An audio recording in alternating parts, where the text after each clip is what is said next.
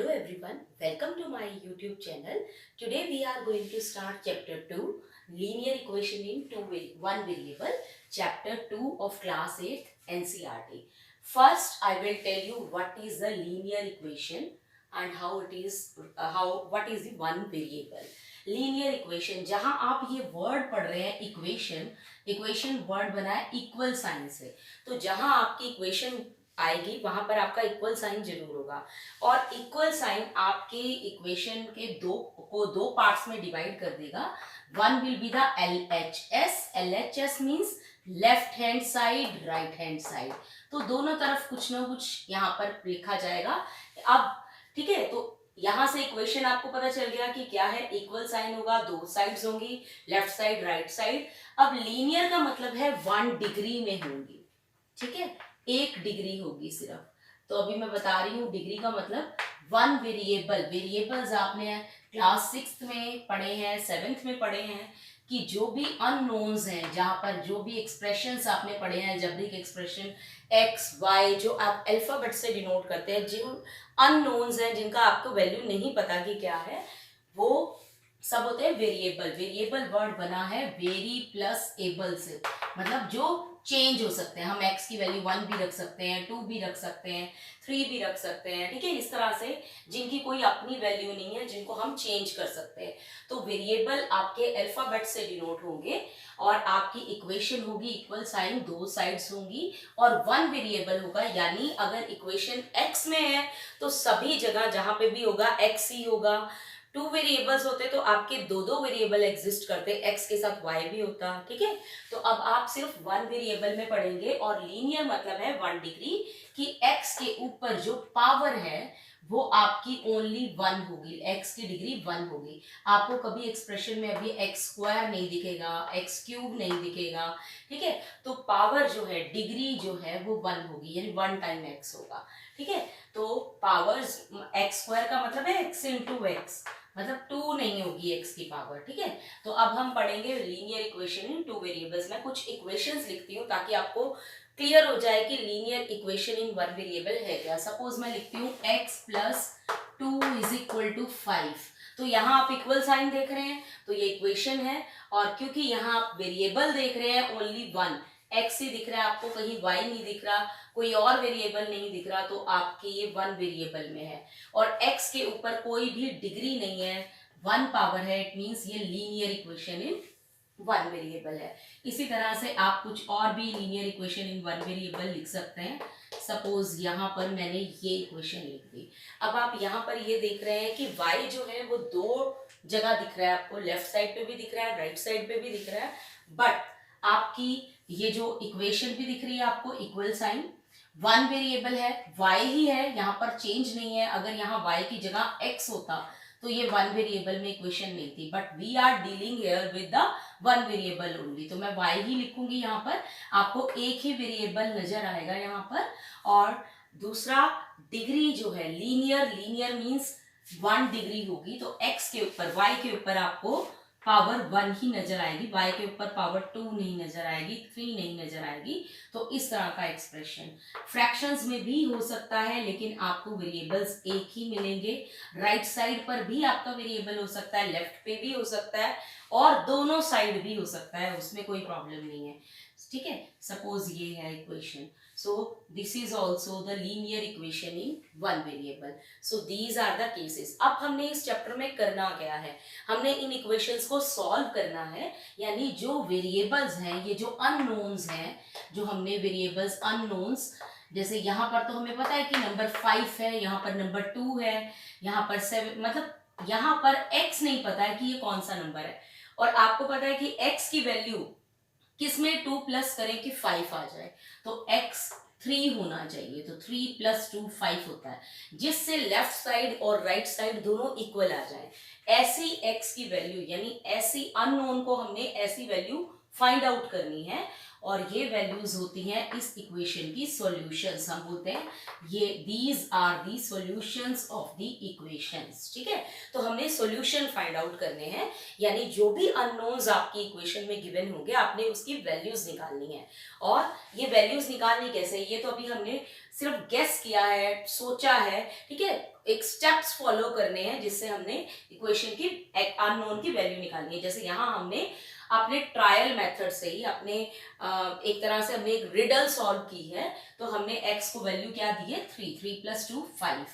तो ये हमारी इक्वेशन सेटिस्फाई हो गई, क्योंकि राइट में भी 3 + 2 5 ही बनेगा और लेफ्ट में भी और राइट में भी गिवन है 5। तो जब आपकी x की जिस वैल्यू के लिए, अननोन की जिस वैल्यू के लिए लेफ्ट साइड और राइट साइड इक्वल हो जाती है, हम उसको कहते हैं उसका सॉल्यूशन। जैसे x = 3 is the solution of this equation.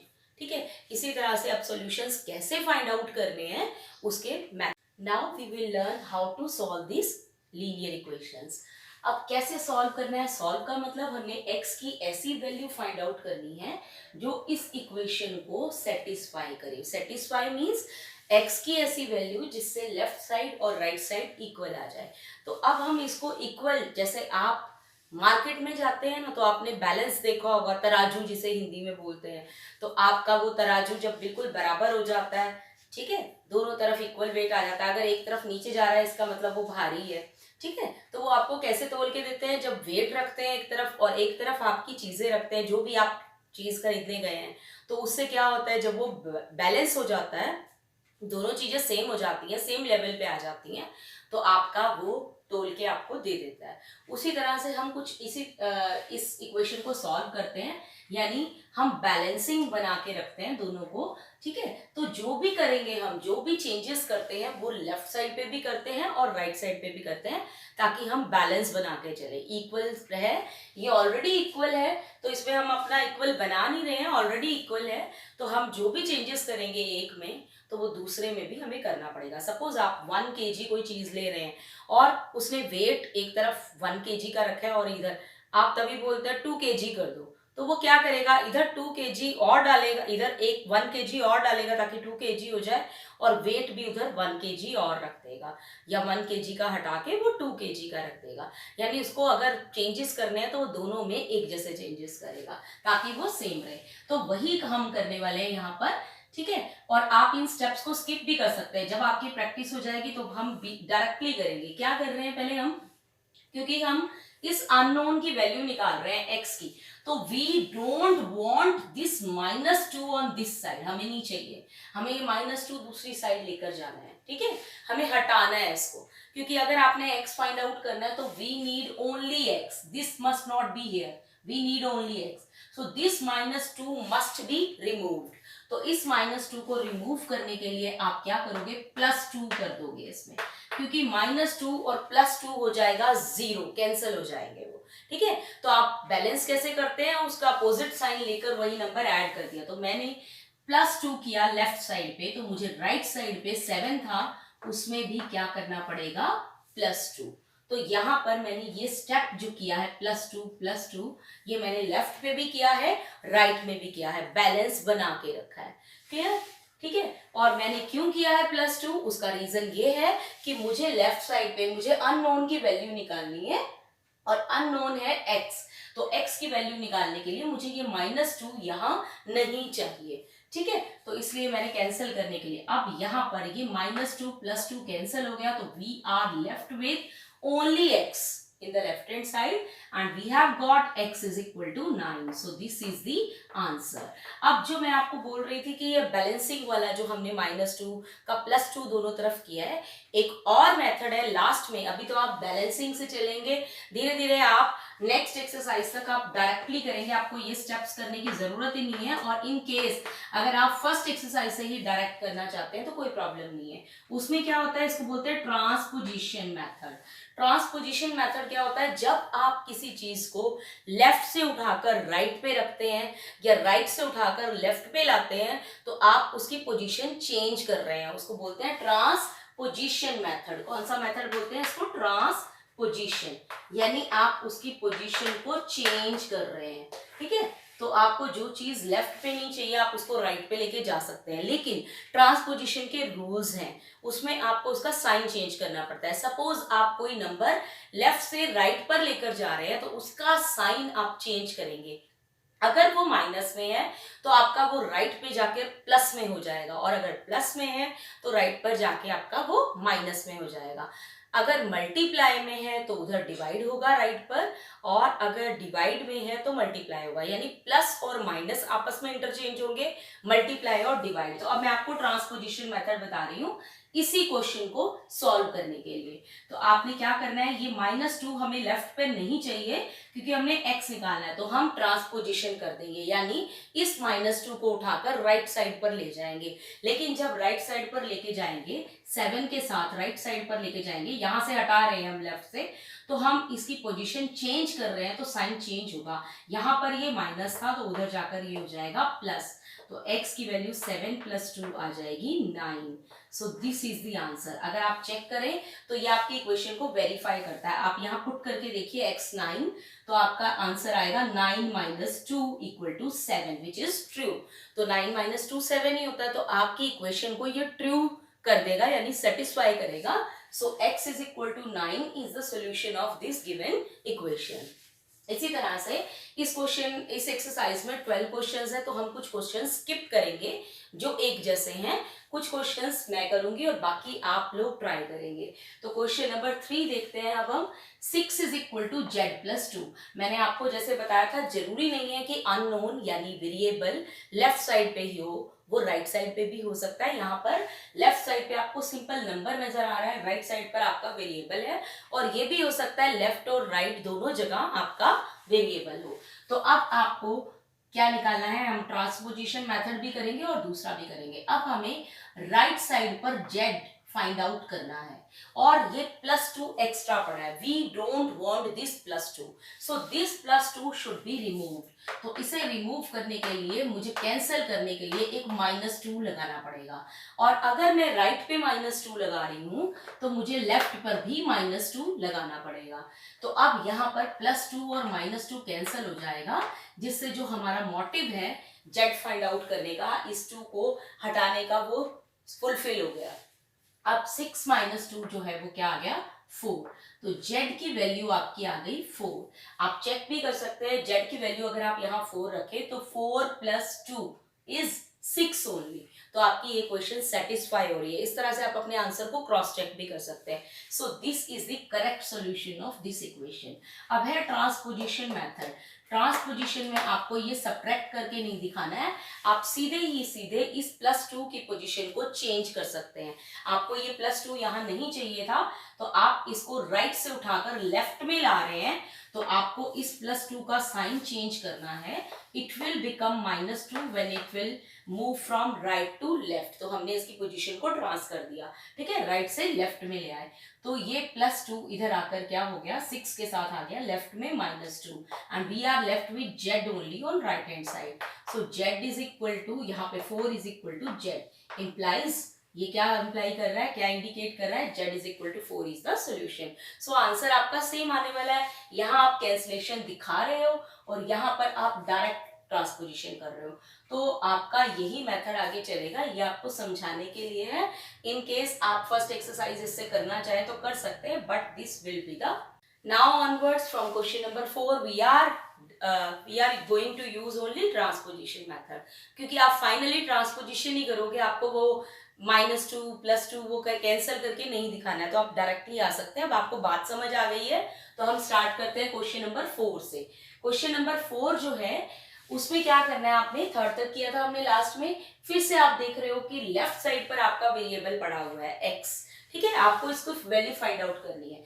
अब आप समझ गए होंगे कि हमें यहाँ क्या नहीं चाहिए लेफ्ट साइड पर। ये 3/7 जो है ये एक्स्ट्रा दिखाई दे रहा है, this should not be here because we want only x here, ठीक है। जो चीज आपको फाइंड आउट करनी है आपका सिर्फ वही होना चाहिए। तो ये 3/7 जो है इसके साथ कौन सा साइन है, आप ये नहीं देखेंगे कि बैक में कौन सा है, फ्रंट में कौन सा है। फ्रंट में अगर कोई साइन नहीं है, इंडिकेट्स की प्लस साइन है, ठीक है, प्लस साइन मेंशन नहीं किया होता, माइनस हमेशा मेंशन किया होता है। सो 3/7 के आगे प्लस साइन है, तो आप इसको ट्रांसपोजिशन करेंगे, क्योंकि ये हमें लेफ्ट पे नहीं चाहिए, तो हम इसे राइट पे ले जाएंगे। तो जो नंबर आपका राइट पे, पहले वही लिखिए माइनस, ये प्लस से माइनस हो गया और 3/7। तो यहाँ पर आपको अंडरस्टूड करना है कि आपका प्लस में है साइन, तो आप उसको माइनस में कर रहे हैं। अब आपको जैसे एक फ्रैक्शंस को देख के आप घबराते हो, वो कुछ भी नहीं है। फ्रैक्शंस जो आप सिंपली सॉल्व करते हो, आगे आपने एलसीएम लेना है, तो डिनोमिनेटर सेम है, लाइक फ्रैक्शंस है, तो कोई प्रॉब्लम ही नहीं है। डिनोमिनेटर में 7 आ जाएगा, ऊपर न्यूमिनेटर्स को माइनस कर देंगे, 17 माइनस 3 इज 14। लेफ्ट साइड पर आपका x ही चल रहा है, तो x इज इक्वल टू 14/7। आपको पता है 7 की टेबल में 14 आता है, तो you can cancel it out and answer is x is equal to 2 and you can put it here to check it. ठीक है, तो अगर आप x की जगह वैल्यू पुट करते हो 3/7 प्लस x की आंसर क्या आया 2, तो एक 2 सोल्यूशन है, तो आप इनको ऐड करके देख सकते हो कि आपका आंसर 17/7 आता है कि नहीं। तो आप एलसीएम लेके ऐड करोगे 7, आई होप सबको एलसीएम आता है। ठीक है, तो क्या आएगा 3 + 14 17/7। Answer is 17/7, so our answer is correct. This is how you can check your answer. Now fifth and sixth question you will do yourself. If any doubt will be there, you can ask in comment box. Now move to question number 7. 2x/3 is equal to 18. Now this question is little bit different. अभी तक हम जो questions कर रहे थे उसमें transposition में जो टर्म्स को हम इधर से उधर लेकर जा रहे थे, that was having sign of plus और माइनस। अब हम नेक्स्ट स्टेप पे आ गए हैं, मल्टीप्लीकेशन में है। अब आप यहाँ पर देखिए, लेफ्ट साइड पर आपको वेरिएबल दिखाई दे रहा है x, और x और 2/3 के बीच में आप देख रहे हैं कि कोई भी साइन नहीं है। अगर कोई भी साइन नहीं होता तो ये आपने अलजेब्रा में लास्ट ईयर पढ़ा है, इट मींस मल्टीप्लाई साइन है।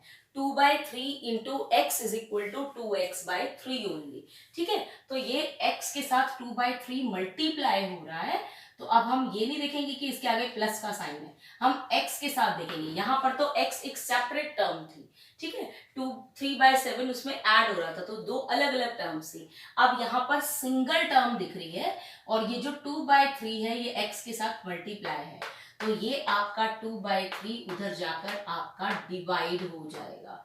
ठीक है, वो आपको पता है कि मैंने आपको बताया था प्लस वाला माइनस होता है, माइनस वाला प्लस, और मल्टीप्लाई वाला साइन जो है वो डिवाइड हो जाता है। तो ये 2/3 वहां डिवाइड होगा, और जब आप डिवाइड करते हैं, आपने फ्रैक्शंस में पढ़ा है कि आप डिवाइड के साइन को मल्टीप्लाई में चेंज करते हैं, और ये आपका रेसिप्रोकेट हो जाता है, रेसिप्रोकल। तो 2/3 से ये बन जाएगा 3/2। अब आप कैंसलेशन कर सकते हैं, आपको पता है न्यूमिनेटर से न्यूमिनेटर को कैंसिल नहीं करते, न्यूमिनेटर डिनोमिनेटर को कैंसिल करते हैं, तो 2 1s are 2, 2 9s are 18। ठीक है, 2 के टेबल पे कट कर दिया, answer is 9 × 3 27। So this answer you can put here to check whether it is correct or not. Thank you. Now see question number 8. Decimals में आ गए, nothing is different, same criteria चल रहा है, तो आप लोग कंसेप्ट पे ध्यान देंगे। क्वेश्चंस किस तरह से चेंज हो रहे हैं वो सोचने की जरूरत नहीं है, आपने जो सीखा है उसको माइंड में रखेंगे, बाकी कुछ भी डिफिकल्ट नहीं है कि ये कुछ अलग दिख रहा है। 1.6 is equal to y upon 1.5 identify कर लिया आपने, यहाँ पर वेरिएबल है y, तो y की वैल्यू निकालनी है, तो y जो वेरिएबल है वो पड़ा है आपका राइट साइड पर, तो उसके साथ आप देख रहे हो कि डिवाइड में है 1.5, तो हमें 1.5 यहाँ नहीं चाहिए, we want only y, so this 1.5 will go to the left hand side, और क्योंकि ये y के साथ डिवाइड में है इसलिए जब वहां जाएगा तो ये क्या होगा, मल्टीप्लाई, यस मल्टीप्लाई होगा, and we will be left with y only on the right hand side, हम सिर्फ y के साथ रह जाएंगे राइट साइड पर। अब आपको मल्टीप्लाई करना है, and you know how to multiply the decimals numbers. ठीक है, कुछ भी नया नहीं है, 16 को आप नॉर्मली 15 से मल्टीप्लाई करोगे, और मैं ये डायरेक्टली एक ही स्टेप में कर रही हूँ, रीजन मुझे 15 का टेबल आता है, तो आपको टेबल्स जितने लर्न होंगे तो आप उतनी क्विकली आंसर्स कर सकते हैं। ठीक है, तो 240 आंसर आया इसका। अब हम डेसिमल प्लेस कर देंगे। डेसिमल कहाँ प्लेस करना है आपने, डेसिमल प्लेसेस काउंट करनी है। आफ्टर डेसिमल यहाँ पर 1 डिजिट है, आफ्टर डेसिमल यहाँ पर भी 1 डिजिट है, तो 1 + 1 2 डिजिट्स हो गए। ठीक है, तो अब आपके आफ्टर डेसिमल 2 डिजिट्स होने चाहिए, तो 1 2 आपका डेसिमल यहाँ आएगा, सो y इज 2.40, और आप इस आंसर को ओनली 2.4 भी लिख सकते हो, क्योंकि डेसिमल के बाद जो राइट साइड पे जीरोस होती हैं एंड पर, वो काउंट नहीं होती हैं, आप उसको स्किप कर सकते हैं। ठीक है, तो 2.40 can be written as 2.4 only, this zero has no value, तो you can skip that. In case आप नहीं भी स्किप करते हैं, लिख देते हैं, तो भी कोई प्रॉब्लम नहीं है। अब नेक्स्ट है क्वेश्चन नंबर 11। तो आप इन आंसर्स को मैंने आपको चेक करना बता दिया था, आप क्रॉस चेक कर सकते हैं। आप y की ये वैल्यू यहाँ रखकर डिवाइड करके देख सकते हैं कि आपका 1.6 आ रहा है या नहीं। बहुत सिंपली आ जाएगा, मैं आपको एक पार्ट करके ही दिखा देती हूँ। आपको आंसर चाहिए 1.6, आपकी y की वैल्यू कितनी आई है 2.4 और नीचे क्या है आपका 1.5। ठीक है, तो आप इसका डेसिमल 10 ऊपर लगेगा, इसका डेसिमल हटाया तो 10 नीचे लगेगा, 10 से 10 कैंसिल। आप 24 को 15 से डिवाइड करके देखिए आपका 1.6 आ रहा है कि नहीं। 15 1s are 15, 9। अब आपका डेसिमल लगेगा, डेसिमल के बाद आप 0 कैरी आउट करोगे, ठीक है, ऊपर से लोगे तो आप 15 6s are 90। So answer is 1.6। तो आप क्या आ गए ना इक्वल। इस तरह से आप क्रॉस चेक कर सकते हैं। अब सी क्वेश्चन नंबर 11। यहाँ पर आपका वेरिएबल चेंज हो चुका है, p है। अभी तक आप x y वेरिएबल दिख रहे थे, वेरिएबल कोई भी हो सकता है जो भी अननोन हो, जिसकी कोई नंबर में नहीं है, वो वेरिएबल है। So here the variable is p। तो अब आपके सामने p के साथ थोड़ा चेंज है, दो टर्म्स पड़ी हैं, आप दोनों को इकट्ठे नहीं लेके जाओगे। एक तो 17 है, एक 6 है p के साथ, आपको ये दोनों नहीं चाहिए, you want only p here. तो आपको 17 और 6 दोनों को राइट साइड पे लेकर जाना है। लेकिन इसके लिए एक रूल होता है, एक तो ये इकट्ठे नहीं जाएंगे, स्टेप बाय स्टेप जाएंगे, एक और दूसरा स्टेप्स में भी पहले कौन सा जाएगा ये क्लियर होना चाहिए। तो जो आपका p के साथ पड़ा है उसी टर्म में है, that will go later on, ये बाद में जाएगा। सबसे पहले आपका ये जाएगा जो डिफरेंट पड़ा है, अलग टर्म है, ठीक है। 6 आप पहले नहीं लेके जा सकते, तो आपका 6p अभी रहेगा और आपका ये जो +17 था, ये उधर जाएगा और 9 माइनस 17 हो जाएगा। याद रहे कि साइन आप 17 का चेंज करेंगे, 9 का नहीं। आप इसे 17 माइनस 9 नहीं लिखेंगे, 9 अपनी प्लेस पर ही है, राइट साइड पर ही है, तो 9 का साइन चेंज नहीं होगा। 9 प्लस में था, प्लस में रहेगा। This 17 is going on other side, so it will become -17। So 6p is equal to, you know how to solve the integers. अब आप छोटे में से बड़ा माइनस कर रहे हैं तो आप करेंगे तो माइनस ही, 17 माइनस 9 इज 8, लेकिन साइन ग्रेटर टर्म का आएगा। तो 17 माइनस 9 करते तो ओनली 8 आता, बट 9 माइनस 17 कर रहे हैं तो आपका आंसर क्या आएगा -8। अब आपका p फाइंड आउट करना है, अब 6 जाएगा उस साइड। अब 6 और p में क्या रिलेशन है कि ये p के साथ मल्टीप्लाई हो रहा है, तो अब ये यहाँ पर जाएगा राइट साइड पे। जब ट्रांसपोजिशन होगी तो ये कहाँ जाएगा, डिवाइड में जाएगा, ठीक है। तो 8/6 -8/6। अब दोनों ही 2 के टेबल में आते हैं, ठीक है, तो इनको कैंसिल कर देंगे। 2 4s are 8, 2 3s are 6, तो p की वैल्यू जो है वो आ गई -4/3, ठीक है। तो आपने इसको डिवाइड नहीं करना है, पॉइंट्स में नहीं लाना है।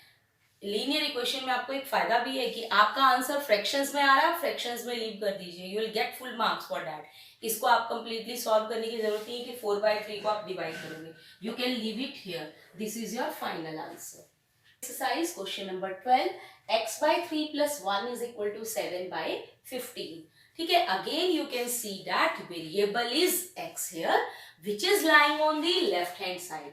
So on the left hand side you want only x, other terms should be removed. तो दूसरे नंबर्स आपको दिख रहे हैं 1 और डिवाइड में दिख रहा है 3। तो मैंने आपको कहा था आप स्टेप बाय स्टेप लेकर जाएंगे और पहले किसको लेकर जाएंगे, जो डिफरेंट टर्म है। ये आपकी फर्स्ट टर्म है, ये सेकेंड टर्म है, प्लस और माइनस आ गया तो अगली टर्म है। तो x/3, तो 3 तो इसके साथ जुड़ा हुआ है x के साथ उसी टर्म में, तो पहले आपका +1 जाएगा। तो +1 जब आपका ट्रांसपोजिशन होगा तो राइट साइड पर ये क्या होगा, -1।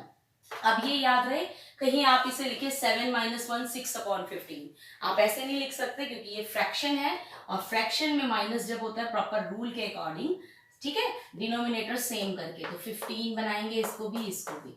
अब आपका डिनोमिनेटर हो गया एलसीएम 15, तो आएगा 7 - 15। जैसे आपको एलसीएम लेना आता है -8/15। You are left here with x/3। अब आपको 3 को उधर लेके जाना है ताकि आप x निकाले। 1 तो आपका जा चुका है यहाँ पर, +1 आपने -1 कर दिया था।